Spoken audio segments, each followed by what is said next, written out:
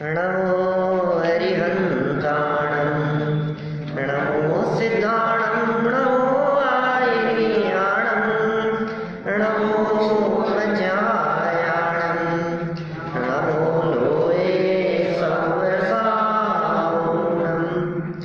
जिन स्वानुभूति से गिरी मम स्वानुभूति मद गिरी श्री विमल धारा जैन श्रुत आनंद अमृत सेवरी समता प्रभात भारती एक लप तोड़ के माँ सरस्वती प्रतिभा वंदन दृष्टि निज में जोड़ी के दृष्टि निज में जोड़ी के। रहस्यपूर्ण चिट्ठी समापन की ओर है। एक चिट्ठी बांचने में कितना समय लग गया। एक छोटी सी चिट्ठी है, लेकिन देखो चिट्ठी कितनी मार्मिक है और कितने जनागम के रहस्य इस चिट्ठी में भरे हैं। अद्भुत और अपूर्व बातें हैं। कुछ बात कल जो अपनी यहाँ हुई है उसमें ये कह दिया गया कि भाई आप इसको ये उपमा नहीं दे सकते दूज के चंद्रमा और पूर्णमासी के चंद्रमा की। ऐसा नहीं है कि अपने को तो ऐसा ही लगता है। आप सोचो, अपने दिल पर हाथ रख करके सोचना, यदि आपको सम्यक ज्ञान और केवल ज्ञान के संदर्भ में कोई व्यक्ति ये कह करके बोलता कि ये दूज का चंद्रमा की जैसे है सम्यक ज्ञान मतिश्रुत ज्ञान और केवल ज्ञान पूर्णमासी के चंद्रमा की तरह है, तो आप हृदय पर हाथ रख करके सोचो आपको क्या लगता है। ये सही बात है? ऐसा ही लगता है? ये गलती कह रहे हैं डोरमल जी, सही नहीं। एक बूंद और समुद्र तो लगता है ऐसा ही है। मतिश्रुत ज्ञान तो ऐसा है, सम्यक ज्ञान, और केवल ज्ञान ऐसा है। ऐसे ही उठने वाले अग्नि का कण, क्या कहा उसको, चिंगारी, और अग्नि कुंड, तो अग्नि कुंड में से कोई चिंगारी उठी, तो ऐसा है क्या कि नहीं भाई साहब, ये जो आपने उदाहरण दिए हैं ये उदाहरण क्षेत्र की अपेक्षा से हैं माने, और जो सम्यक ज्ञान और केवल ज्ञान प्रकट होता है ये भाव की अपेक्षा से है। बहुत फर्क है दोनों में। कि क्या मतलब साहब, ये कुछ बात गले नहीं उतरी कि देखो ऐसा नहीं है, आत्मा के सर्व प्रदेशों में सम्यक ज्ञान होता है और आत्मा के सर्व प्रदेशों में केवल ज्ञान होता है। ऐसा नहीं है कि केवल ज्ञान तो पूरे असंख्यात प्रदेशी आत्मा में होता होगा और मतिश्रुत ज्ञान आत्मा के किसी अंश में होता होगा, पार्ट में होता होगा। आत्मा सर्वांग से जानता है, आत्मा के सर्वांग में ज्ञान है, सर्वंश में ज्ञान है। आत्म मध्य सर्वत्र ज्ञानोस्ति नचे एक देशे, पूरे आत्मा में, माने कौन सी जगह पर ज्ञान है कि साहब ज्ञान तो यहाँ होगा दिमाग में। ज्ञान कौन सी जगह होता है? दिमाग में। ऐसा है? तो ये यहाँ यदि सुई चुभी है, इधर इधर यदि मच्छर ने काटा है, तो फिर ज्ञान कैसे होता है उसका? इसका मतलब ज्ञान यहाँ भी है, ज्ञान पैरों में भी है, सर्वांग में है। आत्मा के प्रत्येक प्रदेश प्रदेश पर ज्ञान व्याप्त है, ज्ञान फैला पसरा हुआ है। अब वो जो आत्मा के पूरे प्रदेशों में ज्ञान फैला हुआ है, तो जब आवरण आता है उस ज्ञान के ऊपर, तो वो आवरण भी पूरे आत्मा पर है, पूरे आत्मा पर आवरण है। लेकिन वो आवरण हल्का है या आवरण भारी है? आवरण जितना ज्यादा हैवी होगा उतना ज्यादा कम दिखेगा।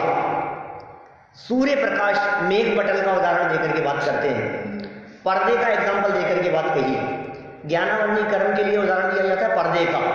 सामने पर्दा लगाए, अब पर्दा लगाए तो उसके पीछे की रोशनी या पीछे खड़ा हुआ व्यक्ति कितना देख पाएगा? बोले जितना वो पर्दा पतला होगा उतना दिखेगा। और जितना वो पर्दा मोटा होगा उतना नहीं दिखेगा। तो ज्ञानावरणी कर्म का पर्दा जितना मोटा होगा उतना ज्ञान का क्षयोक्षम कम है, और ज्ञानावरणी कर्म का पर्दा पूरे आत्मा पर जितना कमजोर होता चला जाएगा उतना ज्ञान और क्षयोक्षम बढ़ता चला जाएगा। और यदि वो पर्दा पूरी तरह से हट जाएगा तो केवल ज्ञान हो जाएगा, लोकालोक दिखेगा। समझ में आ गई? कठिन नहीं है बात, है ना? अब देखो क्या गजब बात कहते हैं यहाँ। ये कह रहे हैं कि जो मतिश्रुत ज्ञान है इसको आप दोज के चंद्रमा की तरह कहोगे तो दोज का चंद्रमा तो अंश प्रकट है और बाकी का पूरा ढका है। चंद्रमा तो पूरा राउंड शेप में गोल है ना, तो चंद्रमा के नीचे से राहु के विमान निकलते हैं, सूर्य के नीचे से केतु के विमान निकलते हैं, इनसे ग्रहण की परिस्थिति बनती है। सूर्य ग्रहण और चंद्र ग्रहण होता है, तो चंद्रमा के नीचे से राहु के विमान निकले और सूर्य के नीचे से केतु के विमान, तो सूर्य ग्रहण और चंद्र ग्रहण की परिस्थिति बनती है। वास्तव में वो परिस्थितियां कोई संकट नहीं है, सहज विमानों का गमन है, सहज विमानों की चाल है इस प्रकार की। ये राहु में एक पर्व राहु होता है और एक दिन राहु होता है।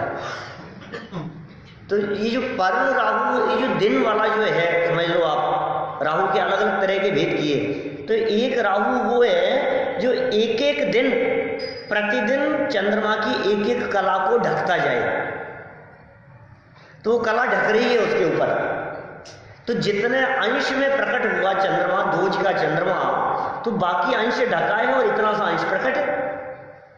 तो क्या आत्मा में भी ऐसा ही है क्या कि आत्मा में इतना सा ज्ञानावरणी कर्म की वजह से इतना तो खुला हुआ हो और बाकी का ढका हुआ हो? ऐसा नहीं, ऐसा आधा केवल ज्ञान हो जाएगा। ये ऐसा हो तो आधा केवल ज्ञान हो जाएगा। जैसे बहुत से लोग आत्मा के 8 रोचक प्रदेशों की बात करते हैं, बहुत मार्मिक प्रकरण है आत्मा के 8 रोचक प्रदेशों का। मैंने अमेरिका में कई जगह पर लोगों की विशेष डिमांड पर उसकी बहुत चर्चा की, बहुत बारीकी से। मतलब आत्मा के रोचक प्रदेश, सेंटर प्रदेश है 8 प्रदेश। सेंटर 8 प्रदेश किस प्रकार से होते हैं, कभी बोर्ड पर अपन उस चीज को समझेंगे, समझाएंगे, चर्चा करेंगे। पहले मैंने की है चर्चा। आत्मा के जो सेंटर के 8 प्रदेश हैं, जो सेंटर में हैं, कुछ लोगों को भ्रम से ऐसा लगता है कि वे प्रदेश निरावरण हैं, उन पर आवरण नहीं। भ्रम है, ये गलतफहमी है। यदि उन 8 प्रदेशों को निरावरण माना जाए तो उन 8 प्रदेशों जितने हिस्से में केवल ज्ञान मानना पड़ेगा, आवरण नहीं होने से। क्योंकि जहां आवरण नहीं है वहां तो पूरी तरह से प्रकट होगा, ये प्रॉब्लम आएगी। इसलिए टोडरमल जी ने इस बात का निषेध किया। तो फिर साहब कैसे अंतर है ये बताओ? श्रुत ज्ञान और केवल ज्ञान में अंतर तो है।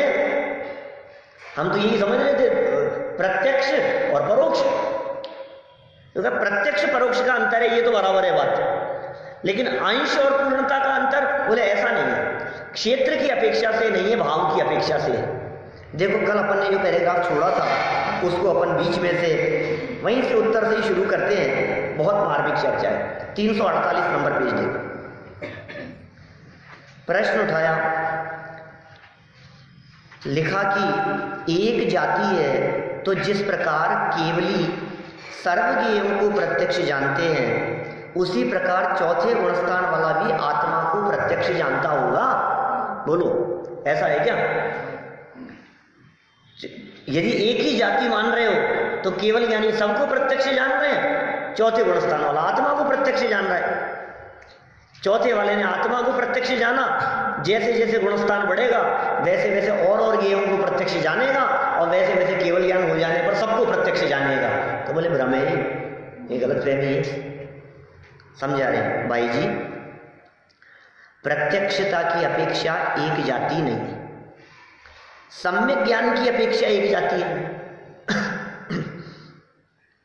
चौथे गुणस्थान वाले को मति श्रुत रूप सम्यक ज्ञान है और 13वें गुणस्थान वाले को केवल रूप सम्यक ज्ञान। कल की थी, अब तो हो गई थी कल बात। तथा एक देश सर्वदेश का अंतर तो इतना ही है कि मति श्रुत ज्ञान वाला अमूर्तिक वस्तु को, ध्यान देना क्या कह रहे हैं, मति ज्ञान श्रुति ज्ञान वाला अमूर्तिक वस्तु को अप्रत्यक्ष, अमूर्तिक वस्तु कौन कौन सी है? आत्मा अमूर्तिक है, धर्म द्रव्य अमूर्तिक है, अधर्म द्रव्य अमूर्तिक है, आकाश और काल द्रव्य भी अमूर्तिक है, एक पुद्गल द्रव्य ही मूर्तिक है। तो मति श्रुति ज्ञान धर्म धर्म द्रव्य को जानता है या नहीं? जानता तो है, लेकिन प्रत्यक्ष नहीं जानता, अमूर्तिक है ना। हम कैसे जानते हैं? शास्त्र आधार से जानते हैं, आगम से जान रहे, अनुमान से जान रहे। चलने में सहयोगी कोई ना कोई वस्तु होनी चाहिए, बिना सहयोग के काम नहीं होता। कोई ना कोई वस्तु ऐसी होनी चाहिए जो चलने में सहयोगी हो।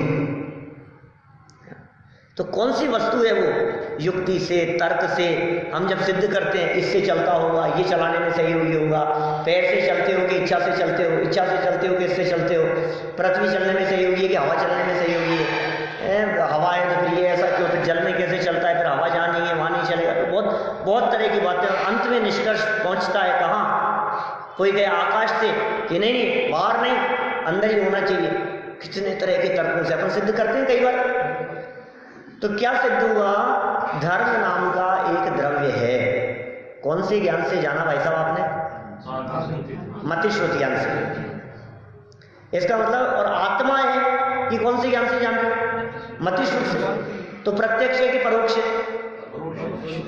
परोक्ष है। आगम आधार से जान रहे हैं, कुछ अनुभव से जान रहे हैं, कुछ इस आधार से जान रहे हैं कि देखो कल तक तो बोल रहे थे, अभी तो बोल रहे थे, एकदम ये क्या हो गया?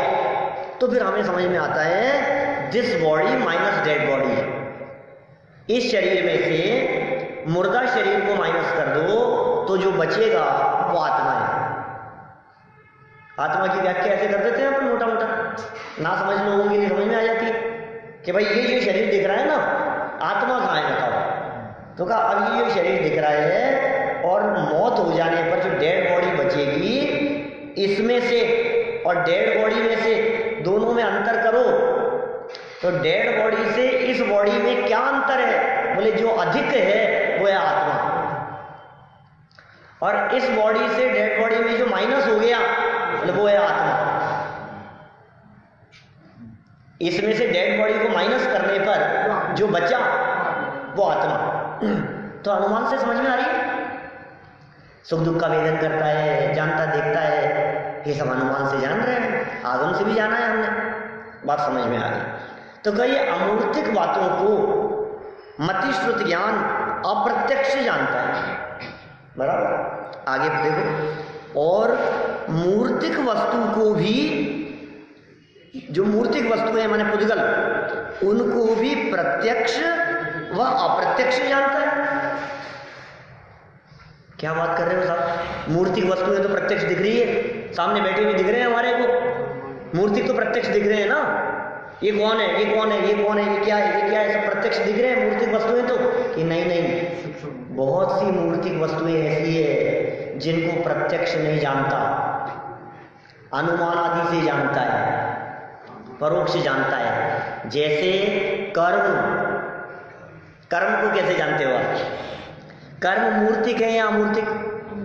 अरे मूर्तिक है भाई, पुद्गल है। कर्म जड़ है, ज्ञानावरणी, दर्शनावरणी, मोहनी, अंतरा, ये सब जड़ कर्म प्रकृतियां हैं, मूर्तिक है, मोटा मोटा बिल्कुल मूर्तिक है। लेकिन मूर्तिक होते हुए भी प्रत्यक्ष नहीं है। तो फिर परोक्ष जानते हो आप? परोक्ष तो जानते ही हैं साहब। विविधताएं क्यों दिख रही है? सबकी शक्ल एक जैसी नहीं है, सबकी अकल एक जैसी नहीं है। ये शक्ल और अकल की जो विविधता दिखाई दे रही है, इसका क्या कारण है?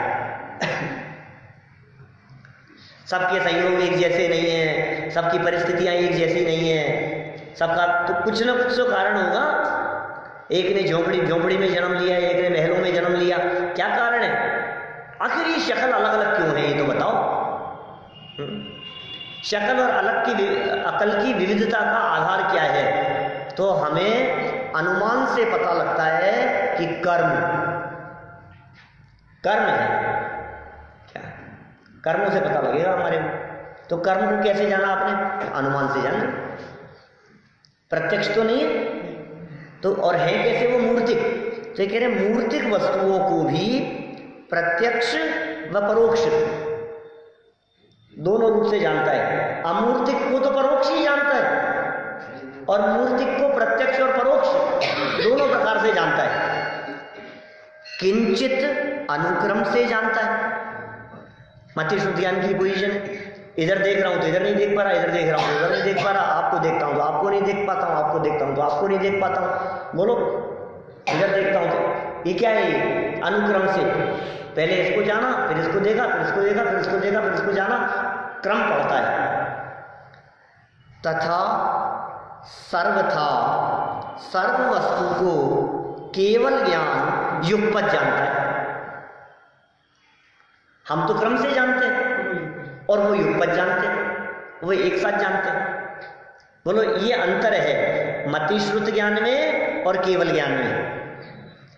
जाति अपेक्षा से यदि आप बात करोगे तो सम्यक पने की अपेक्षा से एक जाति है, किंतु विषय की अपेक्षा से बात करोगे तो बहुत अंतर है।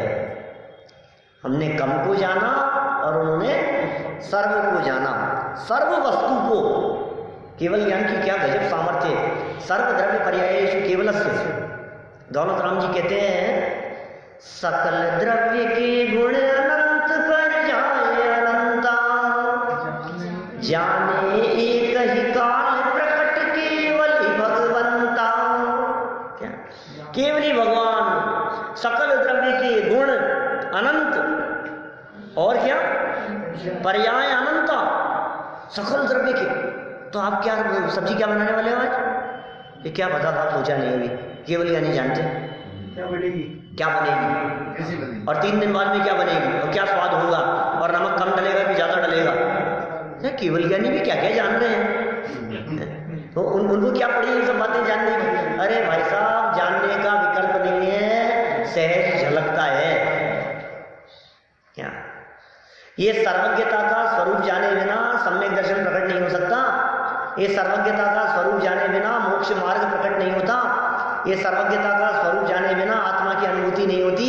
ये सर्वज्ञता का स्वरूप माने अनंतों का स्वरूप, ये सर्वज्ञता का स्वरूप माने देव का स्वरूप। और देव शास्त्र गुरु के श्रद्धान को समंत भद्राचार्य ने सम्यक दर्शन कहा है। देव कौन है, कैसे, गुरु कौन है, कैसे, शास्त्र क्या है, क्या स्वरूप है उनका, ये देव शास्त्र गुरु के स्वरूप का श्रद्धान बोले सम्यक दर्शन है। तो निर्णय होना चाहिए कि नहीं, देव कैसे, परमात्मा कैसे, उनका निर्णय होना चाहिए कि नहीं। एक तो निर्णय करो वे वीतरागी है, करता करता नहीं है, भला बुरा नहीं करते, भक्तों का भला नहीं करते, दुष्टों का संहार नहीं करते, वीतरागी है भगवान। और सर्वज्ञ है। सर्वज्ञ मतलब कुछ बातें तो जानते हैं और कुछ सब जानते हैं, सब, भूतकाल की भी, वर्तमान भी, भविष्य भी, सब कुछ जानते हैं। सब कुछ उनके ज्ञान में झलक रहा है। जो उत्पन्न नहीं हुई वो भी, और जो नष्ट हो गई वो भी।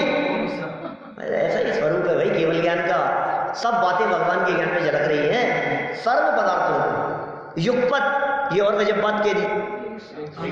छद्मस्त के जानने में क्रम पड़ता है, मति शुद्ध ज्ञान के जानने में क्रम पड़ता है, और केवल ज्ञानियों के माध्यम से युगपत जाना जाता है। और अंतर देखो, वह परोक्ष जानता है, यह प्रत्यक्ष जानता है। इतना ही विशेष है। मति श्रुत परोक्ष जानते हैं, केवल ज्ञानी प्रत्यक्ष जानते हैं, इतना विशेष है। अच्छा, उस केवल ज्ञान की तुलना हम ये गूगल से कर सकते हैं? नहीं, सब कुछ है उस पर, तो इंटरनेट पर है भाई। आजकल इंटरनेट पर, गूगल पर सब चीजें, कुछ भी देख लो आप, कुछ भी जांच सर्च कर लो, है जो डालो, नेम इट एंड है, जो नाम लो, जो बोलो, वो सब उस पर मिलेगा। ऐसा है। अरे भाई साहब, केवल ज्ञान की अद्भुत अपूर्व सामर्थ्य की कल्पना भी नहीं कर सकते आप। क्या वो कैसा अद्भुत ज्ञान होगा, वो कैसा अपूर्व ज्ञान होगा, वो बड़ा विलक्षण है। वो ज्ञान प्रत्यक्ष है, बिल्कुल डायरेक्ट है, क्रम नहीं है, एक साथ है। एक ही समय में, अच्छा एक ही समय में लड्डू का स्वाद भी और हलवे का स्वाद भी और खीर का स्वाद भी और नमकीन का भी और खट्टा आदि भी, और इतना ही नहीं, सारे जगत के पुद्गल पदार्थों का स्पर्श भी, रस भी, गंध भी, वर्ण भी, सब कुछ ज्ञान में झलकता है। यही तो चमत्कार है भाई। यदि ये सब ना झलके तो उस ज्ञान को दिव्य ज्ञान कौन कहेगा? प्रवचन सार ग्रंथ की 38-39 गाथाओं के अंदर चर्चा की है इस प्रकार की। कौन कहेगा उस ज्ञान को दिव्य ज्ञान? चमत्कारिक ज्ञान है। चलो आगे बढ़ो, अभी और करेंगे अपन अंतर की चर्चा। बड़ी गजब बातें समंतभद्र स्वामी ने भी बात की है नीचे। और सर्व प्रकार एक ही जाति कहें, आपको नहीं आप ये सम्यक ज्ञान है, मतिश्रुत ज्ञान भी, केवल ज्ञान भी सम्यक ज्ञान है। सभी प्रकार से एक ही जाति कहें तो जिस प्रकार केवली युगपत प्रत्यक्ष अप्रयोजन रूप ज्ञेय को निर्विकल्प रूप जानते हैं, उसी प्रकार ये भी जाने। ऐसा तो है नहीं, इसलिए प्रत्यक्ष परोक्ष का विशेष जानना, इसलिए मतिश्रुत ज्ञान में और केवल ज्ञान में अंतर जानना ठीक नहीं है। ये बात जो आप गलत फहमी में समझ रहे हो, प्रत्यक्ष परोक्ष का अंतर जानना पड़ेगा आपको। जैसे वो अप्रयोजन रूप ज्ञेय को भी, केवल ज्ञानी परमात्मा अप्रयोजन रूप ज्ञेय को है, मिट्टी, पानी, कीचड़, गंदगी, अप्रयोजन रूप पदार्थ सबको जैसे केवल ज्ञानी परमात्मा कैसे जानते हैं? निर्विकल्प रूप से जानते हैं, माने जानने का विकल्प नहीं है इस प्रकार से। तो उसी प्रकार से ये भी जाने, ऐसा तो होता नहीं। देखो भाई, इन्होंने अंतर बतलाए हैं श्रुत ज्ञान में और केवल ज्ञान में।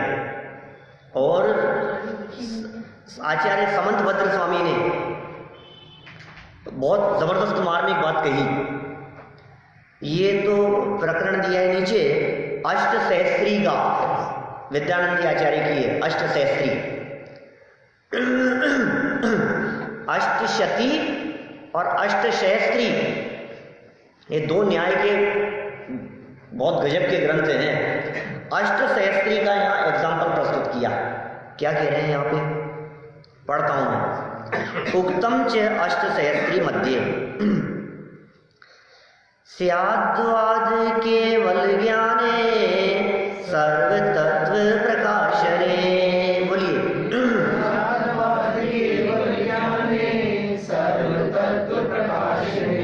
स्याद्वाद केवल ज्ञाने सर्व तत्व प्रकाशने।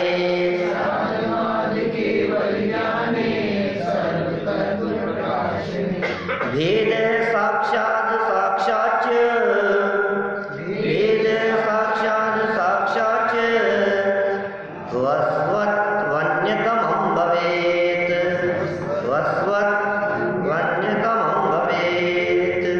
क्या कहा? बहुत मार्मिक बात करें। अर्थ देखो नीचे लिखा है, स्याद्वाद अर्थात श्रुत ज्ञान। ऊपर क्या कहा? स्याद्वाद केवल ज्ञाने। स्याद्वाद और केवल ज्ञान में क्या है भाई साहब? स्याद्वाद और केवल ज्ञान में सर्व तत्व प्रकाशने।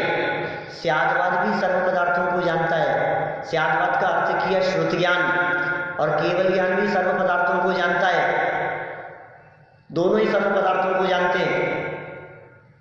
श्रुत ज्ञान भी सर्व पदार्थों, हाँ सर्व को जानते हैं, लेकिन असर्व पर्यायेषु, सब पर्यायों को नहीं जानते। सब पदार्थों को जानते हैं लेकिन युगपत नहीं जानते। आप समझ रहे फर्क क्या है? प्रत्यक्ष भी नहीं जानते, प्रत्यक्ष भी नहीं जानते, युगपत भी नहीं जानते, और सर्व पर्यायों को भी नहीं जानते, लेकिन जानते सबको है। उमा स्वामी आचार्य ने सूत्र दिया, तत्वार सूत्र पहले अध्याय का सूत्र है, मति श्रुतियोर निबंधो द्रव्येष्व सर्व पर्यायेषु। ऐसा सूत्र है ना, संदर्श याद है? मति श्रुतियोर निबंधो द्रव्येष्व सर्व पर्यायेषु। मति ज्ञान और श्रुति ज्ञान का संबंध सब द्रव्यों के साथ में है, किंतु असर्व पर्यायेषु, सब पर्यायों के साथ में। वो सब पर्यायों को नहीं जानते लेकिन सब द्रव्यों को जानते हैं। क्या गजब बात कह दी। श्रुति ज्ञान भी सब द्रव्यों को जानता है, केवल ज्ञान भी सब द्रव्यों को जानता है, लेकिन श्रुति ज्ञान के पास में एक क्वालिटी है। हमारे पास में है श्रुति ज्ञान, सामने वेदी पर विराजमान जो भगवान है उनके पास में है केवल ज्ञान, उनका केवल ज्ञान, हमारा श्रुति ज्ञान। उनके पास में एक फैसिलिटी कम है, हमारे पास में एक फैसिलिटी ज्यादा है। क्या? केवल ज्ञान की तुलना में ये श्रुति ज्ञान श्रेष्ठ है किसी अपेक्षा से। सर्वथा नहीं लगाना, केवल ज्ञान तो केवल ज्ञान है, हम केवल ज्ञान की क्या बात करें। लेकिन हमारा ज्ञान भी कोई कमजोर नहीं है। श्रुति ज्ञान में बहुत जबरदस्त सामर्थ्य है। श्रुति ज्ञान की क्वालिटी, श्रुति ज्ञान की विशेषता आप उसकी कल्पना नहीं कर सकते, ऐसी विशेषता है आपके पास में। कि साहब कौन सी विशेषता है? तो अष्ट सहस्त्री में उस श्रुत ज्ञान के लिए स्यादवादे शब्द का प्रयोग कर दिया। क्या शब्द दिया यहां? स्यादवादे, स्यादवाद। केवल ज्ञान में स्यादवाद नहीं लगता, केवल ज्ञान में अपेक्षा नहीं है। केवल ज्ञान जिसको जानता है पूरी तरह से जानता है। केवल ज्ञान ऐसा नहीं कर सकते इसको जानूं और इसको नहीं जानूं। क्या? जो झलक रहे हैं सब झलक रहे हैं। केवल ज्ञान हो जाने के बाद में आपको सारे जगत के पदार्थ ज्ञान का विषय बनेंगे ही बनेंगे। अनगिनती बातें नहीं चाहते हुए भी, नहीं विकल्प करते हुए भी, मैं नहीं चाहता इसको देखना, कि तेरे चाहने नहीं चाहने से क्या होता है, सब झलकेगा ज्ञान में। बोलो क्या क्या झलकता होगा भगवान के ज्ञान में, आपने कल्पना की है? ऐसा केवल ज्ञान प्रकट हो जाएगा। उसके पहले केवल ज्ञान का स्वरूप समझा रहे हैं। एक बार केवल ज्ञान प्रकट हो जाएगा तो फिर आप नहीं मोड़ सकते। क्या? पहले सोच लो क्या क्या देखना पड़ेगा, क्या क्या दिखेगा। 2 दिन यदि आप हड्डियों के वार्ड में जाए हो SMS में है, तो आपको ऐसा लगने लगता है शाम का खाना नहीं खाया जाए हमारे से। किसी की टांग टंगी है, त्राई त्राई मच रही है, चिल्ला रहे हैं, तड़प रहे हैं, कैसे पड़े हैं, क्या हालत है इनकी कैसे। और यदि आपको कदाचित कसाई मोहल्ले से होकर के गुजरना हो तो आपको क्या लगता है? और चलो कभी बाहर जाते हैं ना तो कहीं कोई किसी की जैसे अच्छी फैक्ट्री हो, जैसे पेरिस गए तो इत्र की फैक्ट्रियां हैं, समझ लो आप एटलांटा गए तो वहाँ कहीं की कोका कोला फैक्ट्री है और ऐसे लोगों को ऐसा लगता है ये चीज़ देखने लायक है, एक बार देखो आप। समझने का कभी आपको वो बूचड़ खाना देखने का अवसर मिले हैं, जहाँ हजारों पशुओं को एक साथ मारा जा रहा है, खून ही खून बह रहा है, कट रहे हैं। कभी कभार 2-3 मिनट का, 1-2 मिनट का कुछ वीडियो व्हाट्सएप पर आ जाता है ना, हम देखा नहीं जाता हमसे। क्या आप सोचा है आपने? केवल ज्ञान हो जाने के बाद वो सब दिखेगा। क्या? केवल ज्ञान हो जाने के बाद में आप उससे दृष्टि नहीं हटा सकते। देखना है दिखेगा ही आपको, अरे क्या त्राई त्राई मच रही है। और अभी के नहीं, हिंदुस्तान के जितने मुजरखाने हैं नहीं, दुनिया के जितने कत्ल खाने हैं और वर्तमान के नहीं, और 5 मिनट पहले जिनकी हत्या हुई है, 5 दिन पहले जो मर चुके हैं, 5 साल पहले जो मर चुके हैं, अरे अनादिकाल से जो कटते मरते आ रहे हैं और अनंत काल तक जो हत्याएं होती रहेगी, सब कुछ केवल ज्ञान में वर्तमान बात स्पष्ट झलकते हैं। आपको क्या लगता है हमसे नहीं देखा जाता? राम हे भगवान हम नहीं देख सकते, हम नहीं देख सकते। क्या नहीं देख सकते तुम? देख करके भी अप्रभावित रहना सीखो, जान करके भी अप्रभावित रहना सीखो। सब कुछ देख करके और सब कुछ जान करके भी जो अप्रभावित रह सके, ये पात्र जीव है केवल ज्ञान प्रकट करने के। हमसे नहीं देखा जाता साहब। हत्याएं हो रही है, आत्महत्याएं हो रही है, बलात्कार हो रहे हैं, बम गिर रहे हैं, विस्फोट हो रहे हैं, ट्रेन एक्सीडेंट हो रहे हैं, बसें खाई में गिर रही है, ज्वालामुखी फट गया है, तड़प रहे हैं, लाशें जा रही है इधर से उधर। क्या क्या क्या देखे? हमसे नहीं देखा जाता। सब दिखेगा केवल ज्ञान में। नरक भी दिखेंगे और तिर्यंच गति भी दिखेंगे। बोलो इसका नाम है केवल ज्ञान। अरे पंडित जी क्या बताएं आजकल क्या हालत है। ये आजकल के बच्चे दुकान पर चढ़ते हैं और रेट ही नहीं पूछते, ये पैक कर दो, ये पैक कर। हमसे तो नहीं देखा जाता भाई ऐसी बर्बादी। क्या रसोई में काम करेंगे और ऐसे ऐसे ढूंढेंगे जैसे गंगा बहा रहे हैं। हमसे तो नहीं देखा जाता। कि तुमसे नहीं देखा जाता तो ये लोकालोक तुमको देखने को मिलेगा। ये हालत कैसे होगी, ये अवस्था। तुम प्रैक्टिस डालो देखने की। क्या जो कह रहे हो ना हमसे नहीं देखा जाता, तुम देखने की प्रैक्टिस डालो, देख करके भी अनदेखी कर दो। क्या ये मार्जिन यहाँ है, श्रुति ज्ञान में ये मार्जिन है, आपके पास में ये फैसिलिटी है, देख करके भी अनदेखा कर दो। हमने नहीं देखा तो यार करेंगे, कोई बात नहीं, अपन तो आपने जन्माड़ी खोल के बैठ जाओ, भैया तेरे जैसे जो कर ले, कोई बात नहीं। अब गुणों को ना देखो, गुणों को देखो। ये क्वालिटी हमारे पास है, श्रुति ज्ञान के पास है, केवल ज्ञानी उनके पास दोष भी दिखेंगे, अवगुण भी दिखेंगे, जगत के जीवों की मायाचारी, छल कपट, बेईमानी, धोखाधड़ी, सब कुछ दिखते हैं। प्लस पॉइंट है ना, क्या बीत रखता है बस इसलिए। और हम यही कह रहे हैं, अनंत भगवान उससे खेत खिन्न नहीं होते। अनंत भगवान के ज्ञान में ये कुछ झलकते हुए भी रंच मात्र भी करुणा उनके हृदय में नहीं आती, क्योंकि करुणा भाव तो मोह का चिन्ह है। बोलो गाथा, 85 नंबर गाथा। क्या कहा है 85 नंबर गाथा में? कहां से चालू हुए थे शब्द? बोलने वाले पीछे बैठे हैं। कहां से शब्द चालू? बहुत सरल शब्द है, याद था। देखो पहला शब्द ख्याल में नहीं आ रहा। और करुणा भाव ये सब मोह के ही चिन्ह है। तो करुणा भाव को मोह का चिन्ह कहा, करुणा भाव को मिथ्यात्व का चिन्ह कहा, करुणा भाव को संसारी का चिन्ह कहा। ये करुणा भाव उचित नहीं है। सिद्ध भगवान दया करते होंगे कि नहीं करते होंगे? निर्दयाय नमः है, ऐसा अर्थ चढ़ाया संतलाल जी कवि ने 200 साल पहले सिद्ध चक्र विधान में। सिद्ध चक्र विधान में सिद्ध परमात्मा के लिए अर्घ बनाया, सिद्धों की विशेषता बतलाई, सिद्धों का गुण बतलाया, सिद्ध भगवान की क्वालिटी बतलाई। क्या क्वालिटी है? निर्दयाय, अदयाय, दया रहिताय।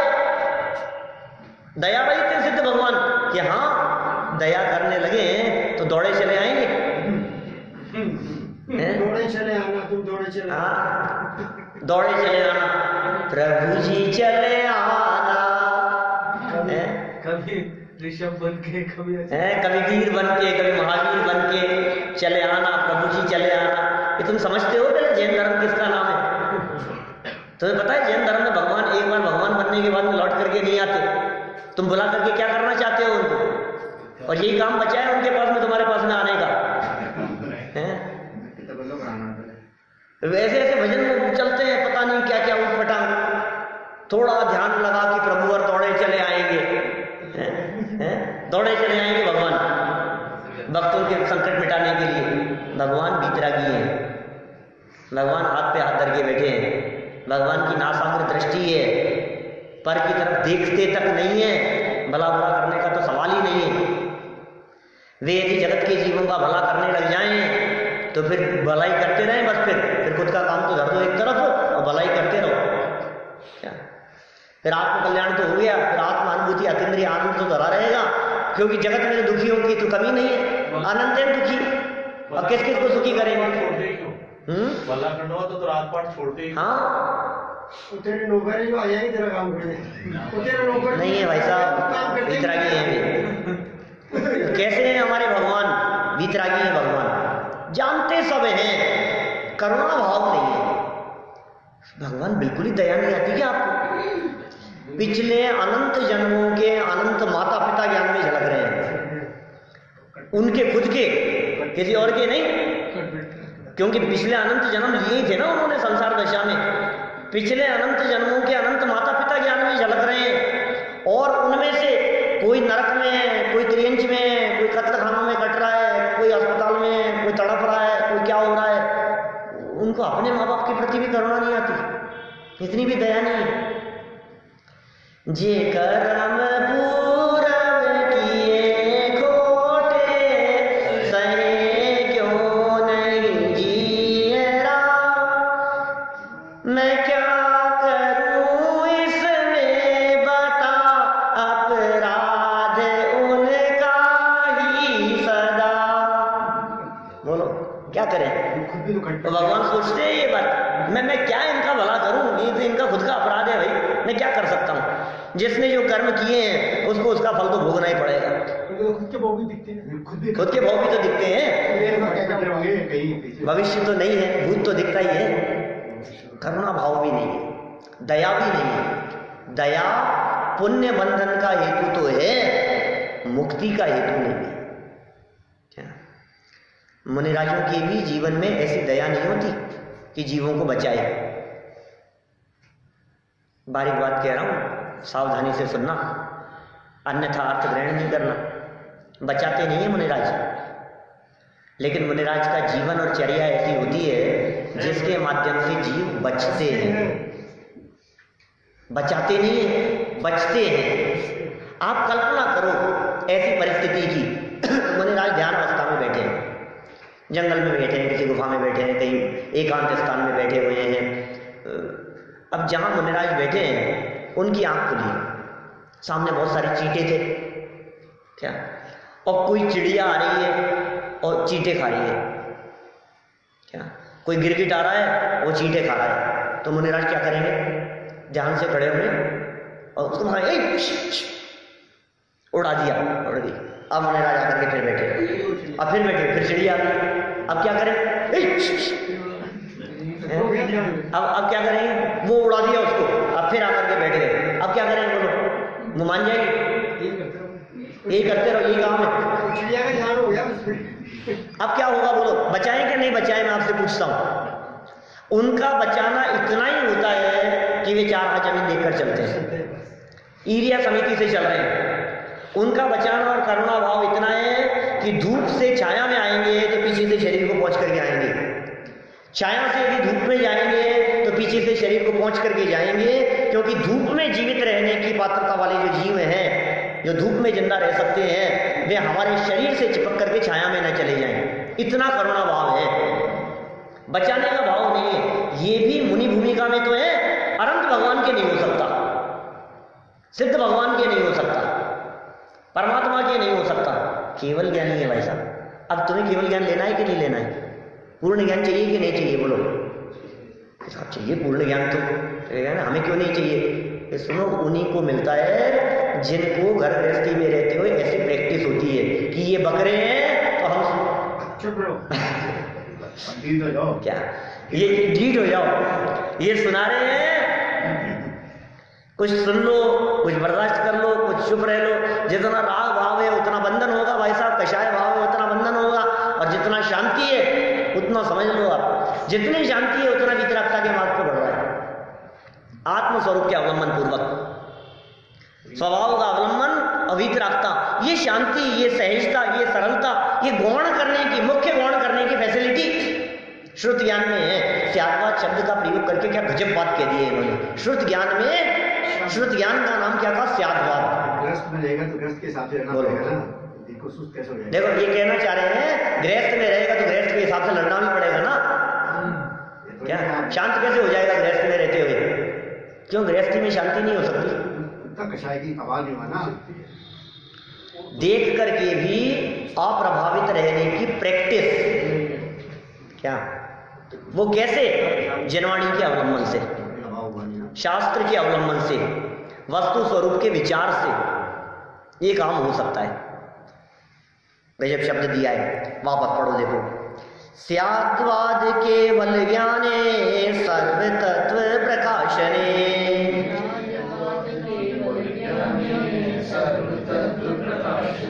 क्या कहा? ये तो कही समानता, स्याद्वाद और केवल ज्ञान की समानता। स्याद्वाद और केवल ज्ञान एक समान है कि हाँ हाँ सर्व तत्व प्रकाशनी, और भेद क्या है? साक्षात असाक्षात। क्यों? वो साक्षात जानते हैं, ये असाक्षात जान रहा है, ये भेद है दोनों में। श्रुत ज्ञान असाक्षात जान रहा है और केवल ज्ञान साक्षात जान रहा है। स्याद्वाद शब्द का अर्थ कितना मार्मिक अर्थ हो गया है। स्याद्वाद का अर्थ श्रुत ज्ञान, श्रुत ज्ञान माने स्याद्वाद। स्याद्वाद किसी अपेक्षा से कहना, अपेक्षा से कहना, इसका नाम स्याद्वाद है। जो बात किसी व्यक्ति के द्वारा कही गई है वो बात सर्वथा नहीं है, कहने में क्रम पड़ता है, कहने में आगे पीछे होता है, व्यक्ति का नाम है स्यादवाद। जो व्यक्ति किसी के द्वारा कही गई एक बात को सर्वथा समझ लेते हैं, वहाँ फिर विवाद हुए बिना नहीं रहता। और यदि उसको सामने वाले व्यक्ति, जो कहने वाला व्यक्ति है, उस अपेक्षा से स्वीकार कर लिया जाए तो कहते हैं ये स्यादवादी है। हर विवाद का हल हो सकता स्यादवाद के द्वारा। स्यादवाद के द्वारा हर विवाद का हल हो सकता है। अपेक्षा देखो, समझ लो आप, विवादों का निपटारा इस स्यादवाद से होगा। जिसके पास में ये स्यादवाद रूप चमत्कार है, ये चमत्कारिक दवा है, ये चमत्कारिक मंत्र है, ये स्यादवाद वाला, समझ लो आप वो केवल ज्ञानी होने का पात्र है। क्योंकि ये श्रुत ज्ञान केवल ज्ञान में बदलता है। ये श्रुत ज्ञान केवल ज्ञान का अंश है। किस संदर्भ में? क्षेत्र अपेक्षा नहीं, भाव अपेक्षा। ये सम्यक ज्ञान और सम्यक ज्ञान तो एक ही है, लेकिन है ये पूरे प्रदेशों में और वो भी पूरे प्रदेशों में। ये आवरण सहित है, वो निरावरण है। ये क्षयोपशम ज्ञान है, वो क्षयिक ज्ञान है। इतना फर्क है। क्षयोपशम ज्ञान में ये सब माइनस पॉइंट भी हैं, लेकिन क्षयोपशम ज्ञान की एक विशेष क्वालिटी को मैंने इसलिए बतलाया आप सबके सामने, क्योंकि ये क्वालिटी को यदि हम पहचान लें तो बहुत बड़ा चमत्कार हो सकता है हमारी लाइफ में। और ये चमत्कारी है कि राग द्वेष के होते हुए भी राग द्वेष को न देखें। ये श्रुति ज्ञान की कला है। कषायों के होते हुए भी कषायों को न देखें, विकार के होते हुए भी विकार को न देखें, अपराध के होते हुए भी अपराध न दिखे। और क्या दिखे? निरपराधी निर्विकार स्वभाव दिखे। दोनों चीजें हैं, एक को गौण करो और एक को मुख्य करो। गुणों को हाईलाइट करो, दोषों को गौण करो। अवगुणों और कमियों को ढको और जो विशेषताएं दिख रही है उनको हाईलाइट करो। एक बार करके तो देखो, तुम विशेषताओं को हाईलाइट करके देखो, स्वर्ग हो जाएगी जिंदगी। तुम दोषों को ढक करके तो देखो, स्वर्ग हो जाएगी जिंदगी। ये मोक्ष मार्ग प्रकट हो जाएगा यदि तुमने आत्मा के अवगुणों को ढका और गुणों को उजागर किया तो। ज्ञान, दर्शन, चारित्र, सुख, वीर्य, अनंत शक्तियां और निधियां अंदर आत्म स्वभाव में मौजूद है, तो उसको नहीं देखता है। और मैं रागी, मैं मिथ्या दृष्टि, मैं संसारी, मैं अज्ञानी, मैं अल्पज्ञ, मैं छलमस्त, मैं विकारी, मैं अपराधी, क्या सोच रहा है? सोचना बंद कर, देखना बंद कर। ये सब देखने लायक नहीं है। इन सबसे दृष्टि हटा और कहां देख? स्वभाव में देख, परिपूर्णता को देख। ये दिखा रहे हैं, देखो नीचे अर्थ की पंक्तियां देखो। अर्थ में क्या कहते हैं? स्यादवाद अर्थात श्रुत ज्ञान और केवल ज्ञान, यह दोनों, पहली लाइन का अर्थ है समानता वाला, यह दोनों सर्व तत्वों का प्रकाशन करने वाले हैं। दोनों के माध्यम से सर्व तत्व जानने में आते हैं, सारी वस्तुएं जानने में आती है। विशेष इतना ही है कि केवल ज्ञान प्रत्यक्ष है। आत्मा के सब प्रत्यक्ष दिखते हैं, सारे प्रदेश, आत्मा के गुण, धर्म, शक्तियां, प्रदेश, ये सब केवल ज्ञान में प्रकट दिखती है। और श्रुत ज्ञान में अनुमान से दिखती है, आगम से दिखती है, युक्ति तर्क आदि से दिखती है। श्रुत ज्ञान के माध्यम से ऐसे दिखती है। तो श्रुत ज्ञान परोक्ष है, परंतु वस्तु है सो और नहीं। क्या क्या कह रही है? वस्तु है सो और नहीं, वस्तु एक ही है, वही आत्मा है। श्रुत ज्ञानी जानेगा तो परोक्ष जानेगा, और केवल ज्ञानी जानेगा तो प्रदेश प्रत्यक्ष जानेगा। क्या कह रहे हैं? वस्तु कोई दूसरी नहीं है कि श्रुत ज्ञानी अलग वस्तु को जानता होगा, केवल ज्ञानी अलग वस्तु को जानते होंगे, ऐसा भेद नहीं है। केवल ज्ञानियों के माध्यम से तो कुछ अलग दिखता होगा और मति श्रुत ज्ञान के माध्यम से कुछ अलग दिखता होगा, ऐसा नहीं है। मति श्रुत ज्ञान जिन वस्तुओं को जानते हैं, केवल ज्ञानी भी उन्हीं वस्तुओं को जानते हैं। लेकिन मति श्रुत ज्ञान उन वस्तुओं को इससे जान रहे हैं, इंद्रियों से जान रहे हैं, मन के अवलंबन से जान रहे हैं, परोक्ष जान रहे हैं, अस्पष्ट जान रहे हैं। और केवल ज्ञानी उन्हीं वस्तुओं को प्रत्यक्ष जान रहे हैं, स्पष्ट जान रहे हैं, निर्मलता से जान रहे हैं। इतना भेद है, इतना इन्होंने यहाँ अंतर बताया। तो ये अंतर जान लो आप, जितना अंतर है उसे भी जान लो और जितना अंतर नहीं है उसे भी जान लो। और ऐसा दोनों का स्वरूप जानकर अंतिम बात कहता हूं, जो कुछ भी ज्ञान का विषय बने उन सबको देखकर जानकर जैसे केवल ज्ञानी परमात्मा उससे अप्रभावित रहते हैं, विकार दिख करके भी विकारी नहीं होते, उसी तरह से इस छद्मस्त भूमिका में भी हम विकार को देख करके विकारी नहीं होंगे, अपराध को देख करके अपराधी नहीं बनेंगे, अशुद्धता को देख करके अशुद्ध नहीं होंगे और शुद्धता को देख करके शुद्ध होने का प्रयास करेंगे तो जीवन में मोक्ष मार्ग प्रकट होगा। हम सभी के जीवन में ऐसा मोक्ष मार्ग, ऐसा सम्यक दर्शन, ऐसा वेद विज्ञान और ऐसा अपूर्व अतीन्द्रिय सुख की कणिका शीघ्रातिशीघ्र प्रकट हो, इसी मंगल भावना से मैं बात को यही विराम देता हूं।